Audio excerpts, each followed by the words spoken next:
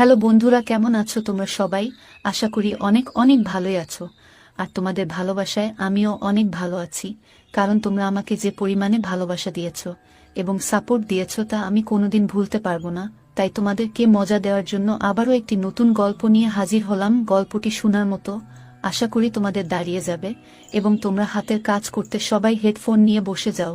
যদি আমার গল্প শুনে মজা পাও তাহলে অবশ্যই আমার চ্যানেলটি সাবস্ক্রাইব করবে। তো চলো বন্ধুরা, আমরা কথা না বাড়িয়ে আসল গল্পে চলে যাই। যেসব মহিলাদের সন্তান হতো না, আমার মা তাদের জন্য ওষুধ তৈরি করত। কিন্তু যে ঘরে সে মহিলাদেরকে নিয়ে যেত, সেই ঘরে একমাত্র আমার মা আর তার কাজের মেয়ে ছাড়া আর কেউ যেতে পারত না। কিন্তু আমার যখন বিয়ে হলো তখন কোনো সন্তান হলো না। আমি বললাম, মা আমার জন্য ওষুধ তৈরি করে দাও। মা অনেক কঠিনভাবে বারণ করে দিল। আর একদিন আমি তার কাজের মেয়েকে বললাম আমাকে সাহায্য করতে। সেই দিন কাজের মেয়ে নিজের মুখ লুকিয়ে মায়ের ঘরে গেল। মা তাকে জিজ্ঞাসা করল যে তুমি মুখ বন্ধ করেছো কেন? সে বলতে থাকলো যে আমার মুখ খারাপ হয়ে গেছে। তারপরের দিন সেই কাজের মেয়ের জায়গায় আমি মায়ের সেই ঘরে গেলাম, আর এরপরে যে ঘটনাটা আমি দেখলাম সেটা দেখে প্রায় আমার মন বেরিয়ে যাওয়ার মতো অবস্থা হলো। আমার মায়ের নাম সোনম। সে তার সময় সবথেকে বেশি পড়ালেখা করা মহিলা ছিল, আর গ্রামের মধ্যে প্রথম এমন মেয়ে ছিল যে কিনা ডাক্তার হয়েছিল। কিন্তু তার পড়াশোনা সব হয়নি, কারণ তার বাবা এই দুনিয়া থেকে চলে গিয়েছিল। এরপরে আমার মা সন্তান না হওয়া মহিলাদের চিকিৎসা করতে থাকলো। আর এইভাবেই একদিন তার বিয়ে আমার বাবার সাথে হলো, আর তারপরে আমি এই দুনিয়াতে এলাম। আর এখন আমার বিয়ের বয়স হয়েছে। আমার মা ঘরের মধ্যেই মহিলাদের চিকিৎসা করত, আর যে মহিলারই চিকিৎসা করত তার বাড়িতে সন্তান ঠিকভাবেই হতো। মা পড়ালেখা করা মহিলা ছিল। 17 বছর বয়স হয়ে গিয়েছিল, কিন্তু তখনও পর্যন্ত আমি ওই ঘরটা খুলে দেখিনি যে ভিতরে কি আছে। ওখানে শুধুমাত্র আমার মা আর তার কাজের মেয়ে যেতে পারত। তার বয়স আমার মায়ের মতোই ছিল। সে আমার মায়ের সুখ দুঃখের সাথী ছিল। আমার মা বিয়ের আগে থেকেই তাকে জানত, আর এখন তো তারা দুইজনে একে অপরের অনেক প্রিয় বন্ধু হয়ে গিয়েছিল। কিন্তু একটা ঘটনা অন্যরকম ছিল, সেটা হলো যে মাঝে মধ্যেই তার সেই ঘর থেকে আওয়াজ আসত। আওয়াজ শুনে যেন মনে হতো কোনো মহিলার বয়স আমার মায়ের মতোই ছিল। সে আমার মায়ের সুখ দুঃখের সাথী ছিল। আমার মা বিয়ের আগে থেকেই তাকে জানত, আর এখন তো তারা দুইজনে একে অপরের অনেক প্রিয় বন্ধু হয়ে গিয়েছিল। কিন্তু একটা ঘটনা অদ্ভুত ছিল, সেটা হলো যে মাঝে মধ্যেই তার সেই ঘর থেকে আওয়াজ আসত। আওয়াজ শুনে যেন মনে হতো কোনো মহিলার সন্তান হচ্ছে সেই সময়। কিন্তু এখানে তো মহিলার কোনো সন্তান হতো না, তাহলে আওয়াজ কেন আসতো? আমি ঘরে যাওয়ার অনেক চেষ্টাও করেছিলাম, কিন্তু মা কখনো আমাকে ঘরের ভিতরে নিয়ে যায়নি, আর আমার বাবাকেও নিয়ে যেত না ঘরে। আমার বাবার মুখ তো আমার মা টাকা দিয়ে বন্ধ করে রেখেছিল, কেননা আমাদের ঘরে অনেক টাকা আসতো। মা একটা পেশেন্টকে দেখত আর কয়েক হাজার টাকা নিত, আর যখন তারা জানতে পারত যে তাদের সমস্যার সমাধান হয়ে গেছে তখন তারা মিষ্টি, কাপড় সবকিছু নিয়ে আসতো আমাদের জন্য। ঘরে তো প্রতি সপ্তাহে এইরকম জিনিসপত্র আসতে থাকতো। মিষ্টি খেয়ে খেয়ে আমার ওজন বেড়ে গিয়েছিল। বাবা বলতো যে ওর বিয়ে দেব কি করে, এত ভারী শরীর হয়ে গেছে, ওকে তো কেউ বিয়ে করবে না। বাবা এই কথাটা মজা করে বলতো। আমারও বিয়ের অনেক ইচ্ছা ছিল। আমি বলতাম যে এটা তো ভালো, আমার বিয়ে করিয়ে দাও, হ্যাঁ আমাকে বিয়ে দিয়ে দাও। ব্যাস, আমার মাথাটা সাথে সাথে বিয়ের দিকে ঘুরে গিয়েছিল। মা একটা ভালো পাত্র দেখে আমার বিয়ে দিয়ে দিল। আমার স্বামী ভালো তো ছিল, কিন্তু আমার মা বাবাকে নিয়ে অনেক মজা করত। অনেক ভালো জীবন পার হচ্ছিল। কখনো কখনো বাবার বাড়িতে আসতাম, তখন বাড়ির সবার সাথে দেখা সাক্ষাৎ হয়ে যেত। আর মায়ের যে কাজের মেয়ে, সে সারা জীবন মায়ের সাথেই পার করে দিল। নিজের 4টে মেয়ের বিয়েও সে এই চাকরির পয়সাতেই দিয়েছিল, আর নিজের বাড়িও বানিয়ে নিয়েছিল। কিন্তু আমি জানি না যে তারা কি এমন চিকিৎসা করত।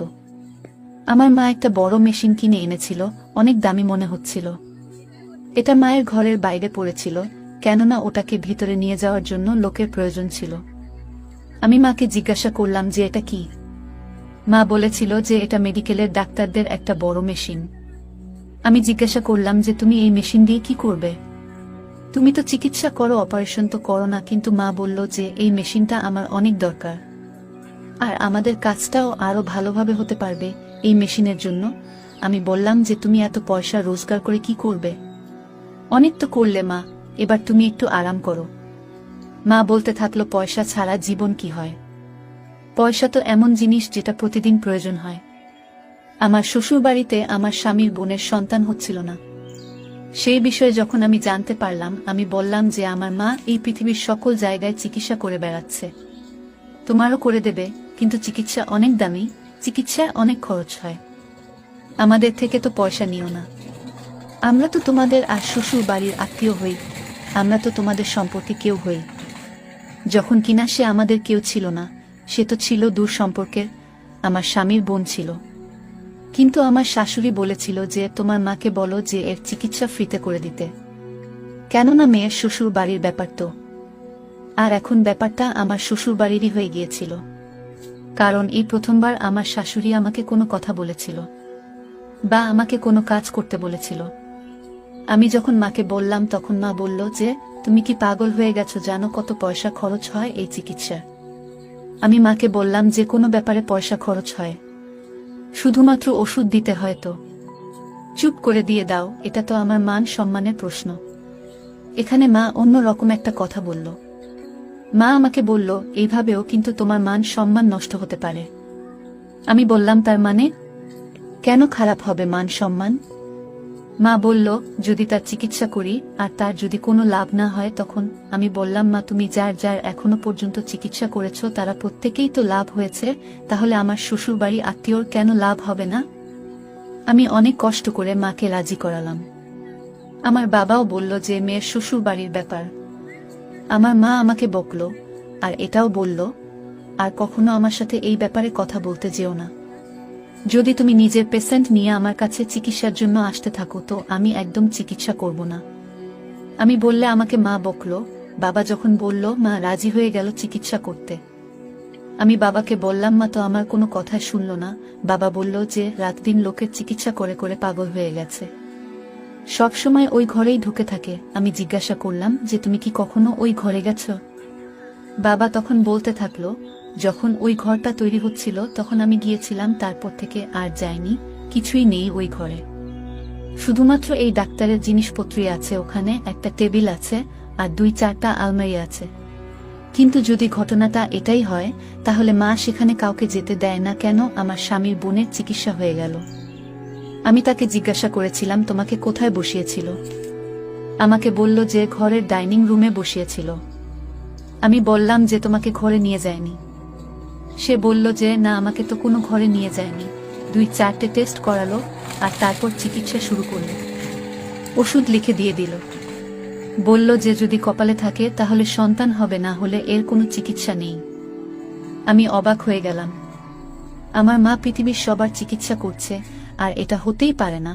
আমার মা এই পৃথিবীর সব জায়গা বলে বেরিয়েছে যে এই চিকিৎসায় এটা হতেই পারে না যে সন্তান হবে না। তবেই তো লোকেরা আসে, লাখ লাখ টাকা খরচা করে। এখন যখন মা পয়সা পাচ্ছে না, তার মানে এই যে পয়সা পায়নি বলে মন থেকে তার চিকিৎসা করেনি। আমার মা তো অনেক লোভী হয়ে গেছে। তারপরে আমি ভাবলাম যে দেখা যাক, হতে পারে যে সন্তান হয়ে যাবে। হতেই পারে। আমার মা আমার স্বামীর বোনের চিকিৎসা করল, কিন্তু তার কোনো লাভই হলো না। সে বলল এমনি নিজের মায়ের সবসময় প্রশংসা করতে। আমি তো কোনো লাভ পেলাম না। কিন্তু তোমার মা অনেক ভালো মানুষ। উনি বলেছেন যে যখন ভগবান চাইবে তখনই সন্তান হবে। আজকাল তো এরকমই অবস্থা, 1 মাস যদি সন্তান হয়েছে তো নানা রকম কথা বলা শুরু করে দেয় লোকেরা। আমিও চিন্তায় পড়ে গেলাম, কেননা বিয়ে হয়েছে আমারও 7 মাস হয়ে গেছে। আর আমার সেই শ্বশুরবাড়ির আত্মীয় আমাকে বলল যে তোমার মা তো তোমার চিকিৎসা করতে পারে বা তুমি তার থেকে পরামর্শ নিতে পারো। উনি বললেন যে দেরি করো না, তোমার আবার আমার মতো অবস্থা না হয়, কেননা তারপরে কিন্তু আর এই বাড়ির লোকেরা তোমাকে আর ক্ষমা করবে না। আমি তো এই বাড়িরই সদস্য, তারপরেও আমার পিছনে কত কথা তারা বলতো। আর তুমি তো পরের বাড়ির মেয়ে, তাহলে তোমাকে নিয়ে না জানি তোমার শাশুড়ি কি কি বলবে, কি কি করবে। আমি এরপর অনেক বেশি চিন্তায় পড়ে গেলাম, কেননা এখনো তো এত দেরি হয়নি এমন কিছু। এখন থেকেই আমার শাশুড়ি অনেক কিছু কথা বলতে থাকলো। সে বলতে থাকলো, এতক্ষণে তো এই বাড়িতে খুশির খবর চলে আসার কথা, ভগবানই ভালো করুক। আমার স্বামীর বোনের তো 4 বছর ধরে চিকিৎসা করালো, কিন্তু কিছুই হলো না। আমার তো মাত্র 7 মাস হয়েছে, দেখা যাক না কি হয়। আমি এদের সবার কথায় আর আচরণে ব্যবহারে অনেক চিন্তায় পড়ে গেলাম। আমি আমার স্বামী আর শাশুড়িকে না বলেই ডাক্তারের কাছে চলে গেলাম আর চেক আপ করালাম। উনি পরীক্ষা করার জন্য বলল আর বলল যে 2 দিনে তুমি রেজাল্ট জেনে যাবে। আমি বললাম যে টেস্টের রিপোর্ট নিতে আমি আসতে পারবো না, আপনি এক কাজ করবেন, আমাকে ফোনে রিপোর্ট পাঠিয়ে দেবেন। উনি বললেন ঠিক আছে, আমার নাম্বার নিয়ে নাও। ডাক্তারটা অনেক ভালো ছিল, বুঝে গিয়েছিল যে আমি বারবার লুকিয়ে লুকিয়ে বেরোতে পারবো না। এই 2 দিন আমি যে কিভাবে পার করেছি শুধুমাত্র আমিই জানি। 2 দিন পরে ডাক্তারের ফোন আসলো আর উনি আমাকে রিপোর্ট বললেন। উনি বললেন আপনার সমস্যা আছে আর আপনি কখনো মা হতে পারবেন না। আমার আপনাকে এটাই বলার যে আপনি কোনো ছোট চিকিৎসা করিয়ে কোনো ওষুধপত্র খেয়ে নিজের শরীর বা নিজের জীবন নষ্ট করবেন না। তার পরিবর্তে আপনি টেস্ট টিউব বেবির মাধ্যমে সন্তান দিতে পারেন। আর টেস্ট টিউব বেবির চিকিৎসা এতটা সহজ না, তাতে অনেক পয়সা খরচ হয়। কিন্তু ডাক্তারের বলার ছিল যে প্রথম তুমি এখন সুন্দরী আর এখন তোমার বিয়ের প্রথম দিক, এখন তো সবে শুরু, তোমার স্বামী রাজি হয়ে যাবে। পরে তোমার স্বামী এটাই ভাববে যে লাখ টাকা খরচ করে এমন চিকিৎসা করিয়ে যেখানে 40% মাত্র ঠিক হয় আর যার কোনো গ্যারান্টিও নেই সেটা করিয়ে কি হবে। এজন্য ছেলেরা লাখ টাকা খরচ করে দ্বিতীয়বার বিয়ে করে নেয় আর প্রত্যেক বছর তারা সন্তান দেয়। আমি অনেক চিন্তায় পড়ে গেলাম, আমি সারা রাত কেঁদেছিলাম। আমার স্বামী জিজ্ঞাসা করলে বলে দিলাম যে কিছু হয়নি। আমি অনেক দুঃখ পেয়েছিলাম, কেননা আমি কখনো ভাবিনি যে আমার সাথে এরকম হবে। তারপরে একদিন আমার গ্রামের একটা মেয়ে আমার কাছে আসলো। সে বলল যে তোমার মায়ের কাছ থেকে চিকিৎসা করিয়েছিলাম, আজ আমার কাছে 2টা সন্তান আর আমি আজকে অনেক খুশি। আর সে আমাকে ধন্যবাদ জানালো। সে আমার মায়ের প্রশংসা করতে থাকলো আর বলতে থাকলো ভগবান ওনার হাতে জাদু দিয়ে পাঠিয়েছেন, যার চিকিৎসায় করেন সেই ঠিক হয়ে যায়। আমি ওই মহিলার কথায় অনেক খুশি হলাম আর যেন মনে মনে শান্তি পেলাম। সে আমাকে বলল 10 বছর পর্যন্ত আমার কোনো সন্তান হয়নি, তোমার মায়ের কাছে চিকিৎসা করালাম, যখন তখন সন্তান হয়ে গেল। তোমার মা, তুমি তো সবকিছুই জানবে। যখন সে আমাকে এই কথাগুলো বলল তখন আমি অবাক হয়ে গেলাম। আমি জিজ্ঞাসা করলাম যে সবকিছু মানেটা কি। সে বলল যে এটাই যে চিকিৎসা কিভাবে হয়। আমি বললাম যে তুমি জানো কিন্তু আমি তো জানি না। সে বলল ছাড়ো কথাটা, বাদ দাও। আমার মা 1 মাস পর্যন্ত সবার চিকিৎসা করত। আমি ঠিক করেছিলাম যে আমি আমার স্বামীকে এইসব বলবো না, না আমার শাশুড়িকে বলবো, কারণ এমনিতেই এরা আমাকে তেমন একটা পছন্দ করে না। আমি নিজের মাকে সবকিছু বলবো, তার থেকেই চিকিৎসা করাবো। এরপরে আমার আর কারোকে বলার কোন দরকার পড়বে না। আমি মায়ের কাছে চলে গেলাম। মা সকাল সকাল অনেক ব্যস্ত ছিল, ওই ঘরেই বসেছিল, বাইরে আসেনি। আর আমার ঘরে যাওয়ার অনুমতি ছিল না, বাবা বাড়ি ছিল না। 4 ঘন্টা মা আমাকে অপেক্ষা করালো। আমি অনেক রেগে গেলাম। এরপরে আমিও তাকে বললাম সমস্যা আছে আমার কিছু। মা জিজ্ঞাসা করলে কি সমস্যা? পয়সার দরকার। আমি বললাম পয়সার দরকার নেই। আর এরপর তাকে বললাম যে আমাকে ডাক্তার কি বলেছে, আর এরপর তাকে রিপোর্ট দেখালাম, ডাক্তার যেটা আমাকে ফোন করে বলেছিল। আমার মা বলল যে হ্যাঁ, রিপোর্ট তো এটাই বলছে, এইবার কি করা যায়, এটা তো বড় সমস্যা। আমি বললাম কেন, তোমার জন্য তো এটা কোনো সমস্যা হওয়ার কথা নয়, তুমি আমার চিকিৎসা করো। মা বলল যে এই ধরনের কথা যদি বলেছ তাহলে আমার থেকে খারাপ কেউ হবে না, আমি তোমার চিকিৎসা করব না। মা, এটা তো ব্যাপারটা সেই রকমই হয়ে গেল যে তুমি সব পরিবারকে খাবার দিচ্ছ আর আমি প্লেট দেখে যখন খাবার খাওয়ার জন্য বললাম তখন আমাকে বলছো যে খাবার খেলে পাপ হয়। আমাকে আমার মা এত খারাপ ভাব বকা দিল যেন মনে হলো যে সে কোনো দিনও আমার চিকিৎসা করবে না। আমি জিজ্ঞাসা করলাম কেন করবে না চিকিৎসা? বাবা এসে গিয়েছিল ওখানে। আমি কান্নাকাটি করছিলাম। বাবাও দেখে নীল যে এতদিন পরে মেয়ে ঘরে এসেছে, তার উপরে আবার কান্নাকাটি করছে, সে চিন্তায় আছে। বাবা আমাকে সবসময় অনেক ভালোবাসতো। সে আমাকে বলল যে কেন কাঁদছো তুমি? তখন মা বলল যে বিনা কারণে ও কিছু চাইছে। মা এই কথাটা বাবাকে বলল না যে আমি কখনো মা হতে পারবো না, আর আমি আমার চিকিৎসার জন্য বললাম, কিন্তু মা আমার চিকিৎসা করতে চাইছে না। একে তো ভুল করেছে মা, তার উপরে আবার মিথ্যে কথাও বলছে। বাবা বলল যে কেন চিন্তা করছো, আমি তো আছি, আর যেটা তোমার দরকার আমি তোমাকে এনে দেব, আমি তোমার জন্য চা বানিয়ে দিচ্ছি। বাবা সেখান থেকে চলে গেল। মা বলল যে যেটাই হচ্ছে সেটা ভগবানের উপর ছেড়ে দাও, আর খবরদার যদি এখানে চিকিৎসার কথা আবার তুমি বলেছ, আমি তোমার চিকিৎসা কখনো করব না, আর এই কথাটা নিজের মাথার মধ্যে ঢুকিয়ে নাও। আমি আমার বাড়িতে চলে এলাম আর ভাবলাম যে আমাকে মা কেন এরকম বলল। প্রথমত আমাকে তো মায়ের ঘরে যেতে দিত না। যখন আমি আমার বন্ধুকে তার কাছে পাঠিয়েছিলাম তখন মা তাকে ওই ঘরে নিয়ে যায়নি, আর তার চিকিৎসাও করেনি। তখন আমার মায়ের কিছুই যায় আসেনি, আর আজকে যখন আমি বিপদে পড়েছি তখন আমারও চিকিৎসা করতে চাইছে না। কোনো একটা কিছু তো আছেই। আমার মা মিথ্যে কথা বলতো, মানুষের চিকিৎসা সে করত না, আর যদি সে মিথ্যে কথাই বলতো তাহলে তার কাছে এত মানুষ কেন পয়সা খরচ করে চিকিৎসা করাতে আসতো? কেন আমার বা আমার বন্ধুর চিকিৎসা করতে চাইছে না, যখন কিনা পৃথিবীর সব মানুষকে সে চিকিৎসা করছে? এইবার আমার শেষ আশা আমার মায়ের কাজের মেয়ে ছিল। সেও আমাকে যাবার সময় দেখে নিয়েছিল।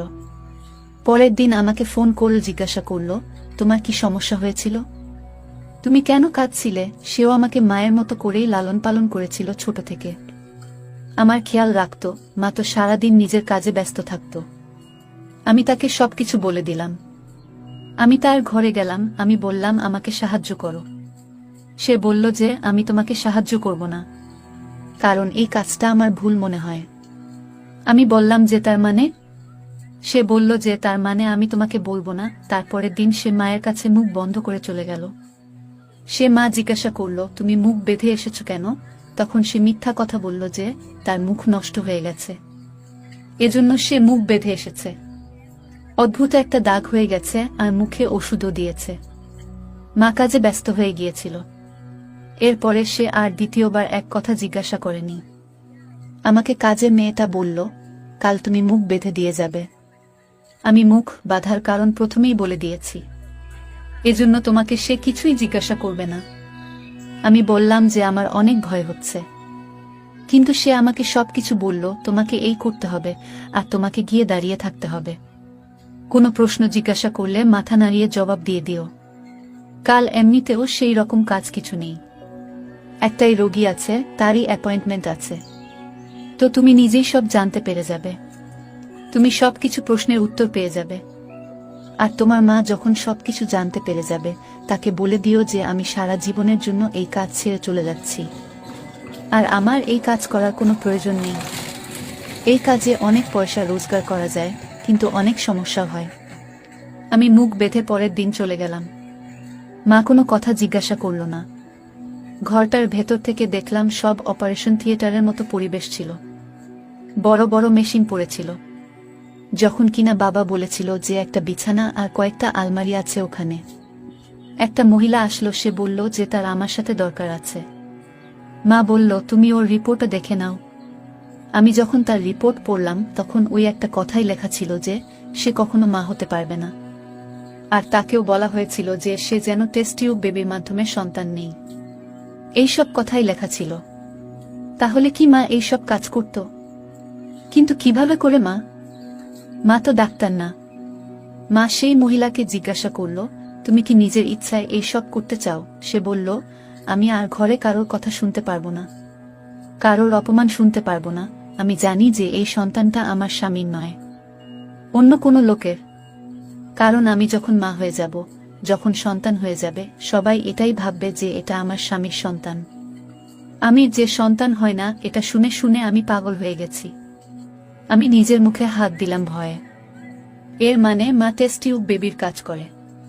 তার মানে এই চিকিৎসা চলতো এতদিন ধরে, ওই সন্তানগুলো তাদের স্বামীর নয়, অন্য কোনো লোকের। এজন্যই মা এত বড় বড় দামি দামি মেশিন এনেছিল।